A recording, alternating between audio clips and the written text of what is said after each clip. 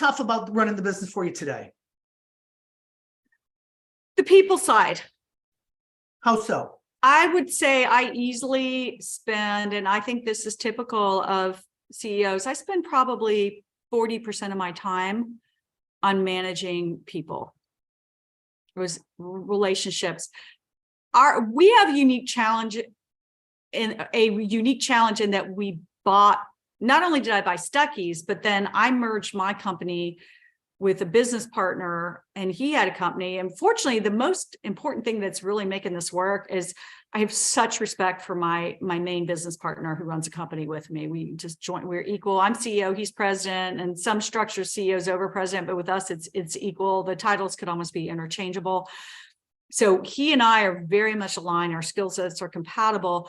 But then the two of us bought a candy plant that was already in operation. It had been around since 1935 and had only had 2 owners during that 80 plus year history. So coming in with that culture and merging it with our culture, what they don't tell you when you learn about mergers and acquisitions, even though I didn't get a business school, I read up on it a lot and I watched a lot of webinars. So I taught myself about mergers and acquisitions, and I took business law in law school. So in any event, the financials are just the beginning.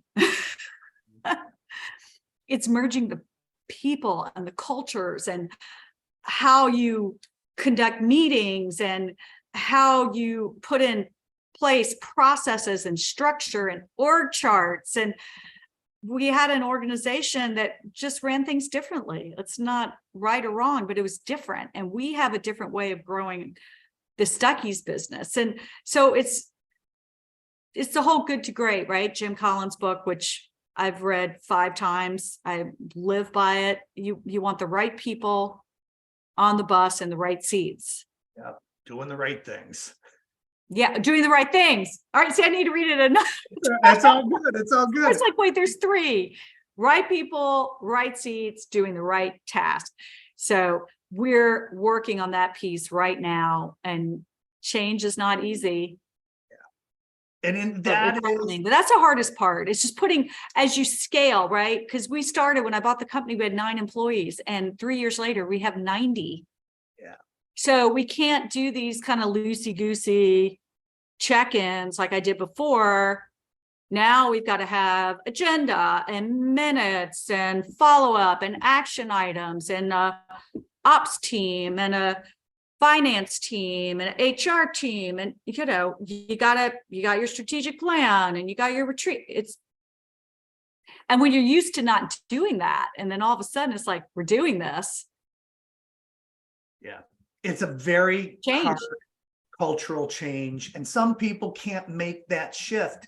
And one of the things that we teach is that that's okay.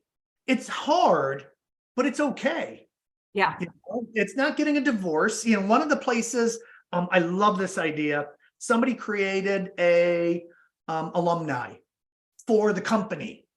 So what they said is, we will honor everybody that's here. Just because you're leaving, we want to, we have a ABC Corporation alumni, and we want you to know that we love you and we're so proud of you going on and doing what you're doing.